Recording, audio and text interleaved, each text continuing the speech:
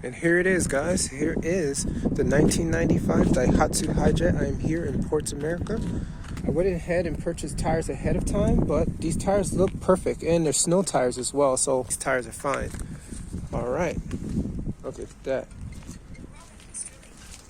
So this is my escort right here. I had to pay $75. This is my second time coming here. Is it 5424? Yeah, that's me. Okay, there it goes. All right, everything looks fine.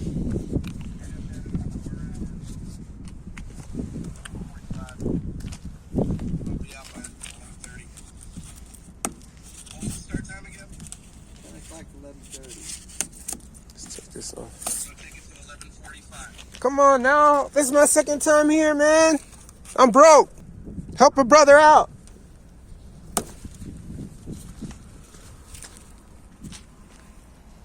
But I appreciate all your help, though.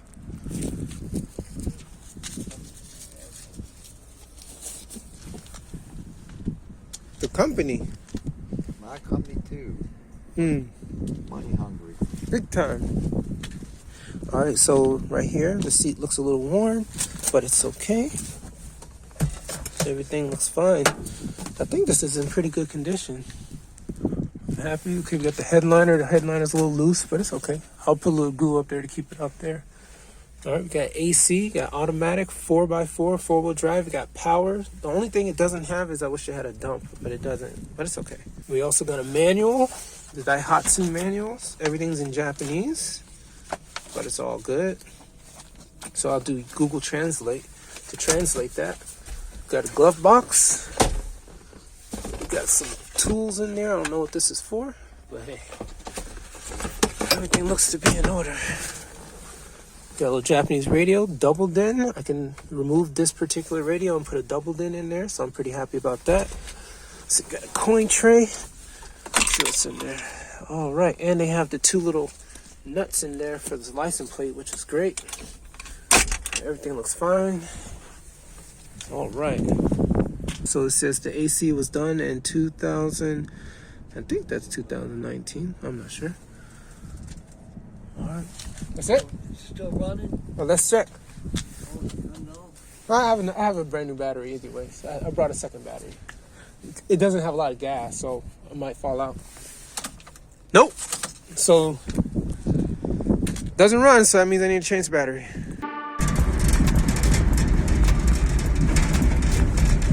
And got a little snag here at the Citgo gas station. Battery died.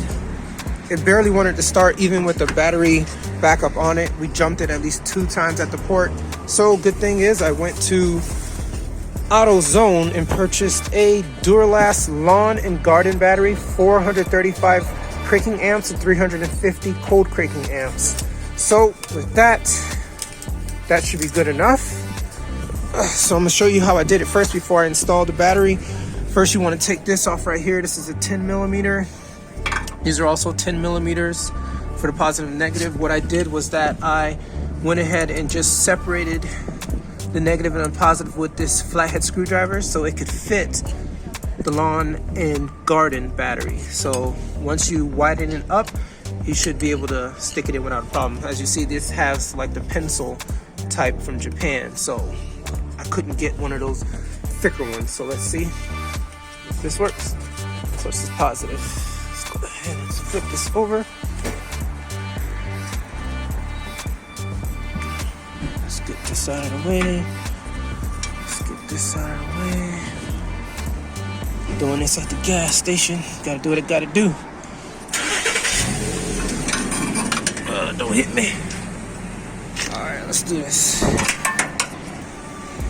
Alright, so as you can see, it's a lot smaller, but it should be okay.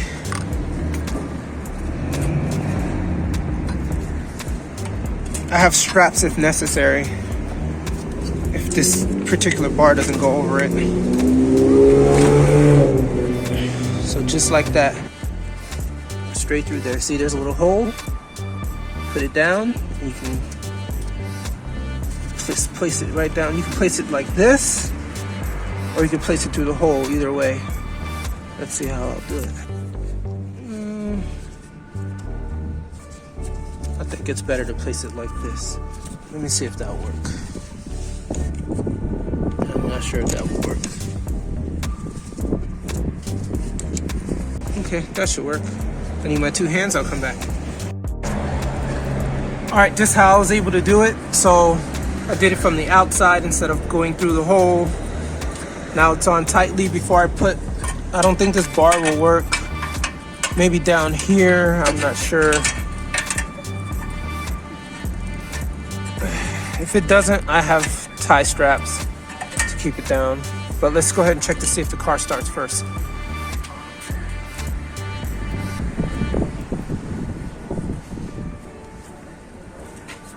Hello. There we go. Perfect. Starts super fast.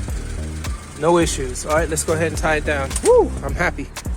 I did not think that was going to start. All right, let's go ahead and tie this down. Let me see if it can at least go through this hole. It does. Okay, maybe I can get it at an angle. Like that. Alright, failure at this particular point. It won't work no matter how I do it, so I'm unable to use this at all. So I will have to use this strap. I'll just go ahead and put it right here and right here. This way, it'll keep the battery stable. Alright, I'll go ahead and remove this.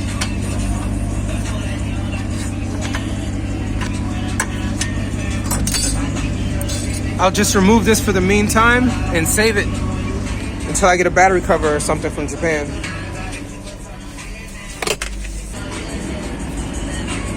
Bonus. Alright guys, recently after bringing it home, I've noticed that I've had some hard start issues. Essentially, I would start it and it go so I'm like, yo, what is going on? First I thought it was the starter, but then I was like, man, I don't think it's the starter because it's been starting perfectly fine and it's sort of intermittent. It would start and wouldn't start, start and wouldn't start, and I've had starter issues with the Century where it just essentially would just click, click, click. But here, I think I did the wrong thing. Overall, you see these terminals? This is a lawnmower battery. So as you can see here, this is like a rectangle, and here this is like a semicircle. It really is only contacting it at 2 points, which is right here and right here. Same thing when it comes to the positive, right here and right here. So I'm thinking it may not be getting enough amps or enough cranking power as it should. So what I did is purchase some converters. Let's look. So here within this bag, I have a regular terminal lawnmower battery converter, which converts it to the US style, which is the normal circles that we know about. The SAE, I guess, is what they call it. So what you'll do here, they have holes in the middle. Inside of here, there's a hole. You'll just stick that right through there and just go ahead and clamp it down, and that way you'll have a US conversion just like that. And then you say, but if you're going to convert this to US, what about this? This is the Japanese. This is like the pencil posts. Yes, these are pencil posts. So what I'll do is just convert it once more to this. So from there, we'll just go ahead and put this on top of this, just like this. And then just put the pencil post connectors right where it should be. And from there, we shouldn't have any problems. So let's hope that it starts perfectly fine. Let's go ahead and do it. So as you can see here, there's like a hole. All you're gonna do is just stick this through the hole right over here, as you can see.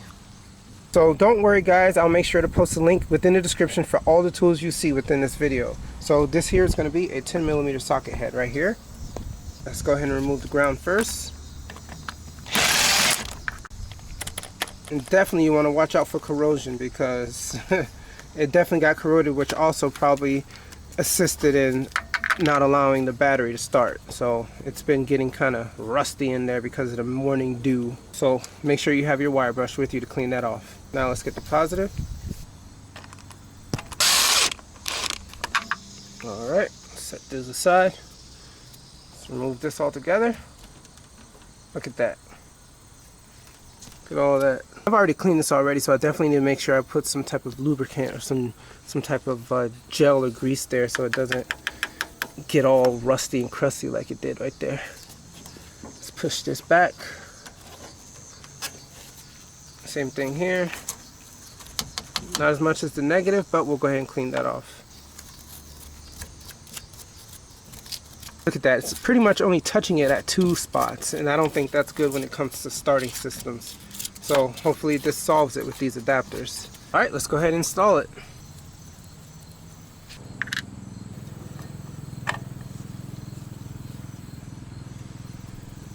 All right, finger tighten. All right, let's go ahead and go to the negative. I can say this is definitely a great invention. I never knew this existed. You know, others would just essentially cut these off and do other things like that, but it's not really necessary. I'm happy I got this because next time I replace this, I will not be using lawnmower batteries. I'll find a variant that is the same size and width that has regular USA terminals. So now I know for the next time.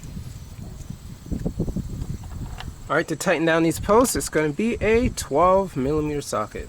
Let's go to the back and just hold it just to make sure it stays in place. Keep it straight. You want to make sure it's touching this base, right? Just like that. You got to make sure it's touching it. So just definitely hold it down.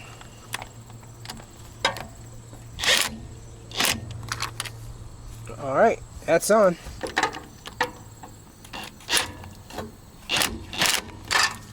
All right, it's on. All right, let's go ahead and get our converter. This here's the positive, so definitely you want to make sure it's on the right side. Let's go ahead and lay it down just like that. Go ahead and tighten it up. This here is going to be a 13mm socket head right there.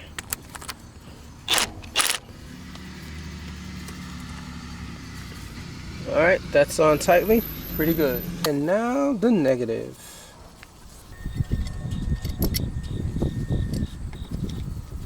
Go ahead and just kind of wiggle it down just like that. Good.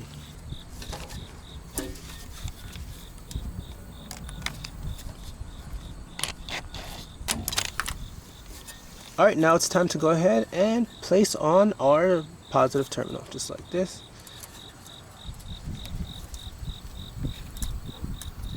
Make sure it's correctly seated. This is going to be 10mm. All right, now it's on there securely. This is good. So now we can ensure that we're getting all the voltage, all the cranking amps through this terminal and its conversions right there. Pretty good. Now let's go to the negative terminal. Make sure it's connected back here. And you can just kind of push it back just like that. Same thing here.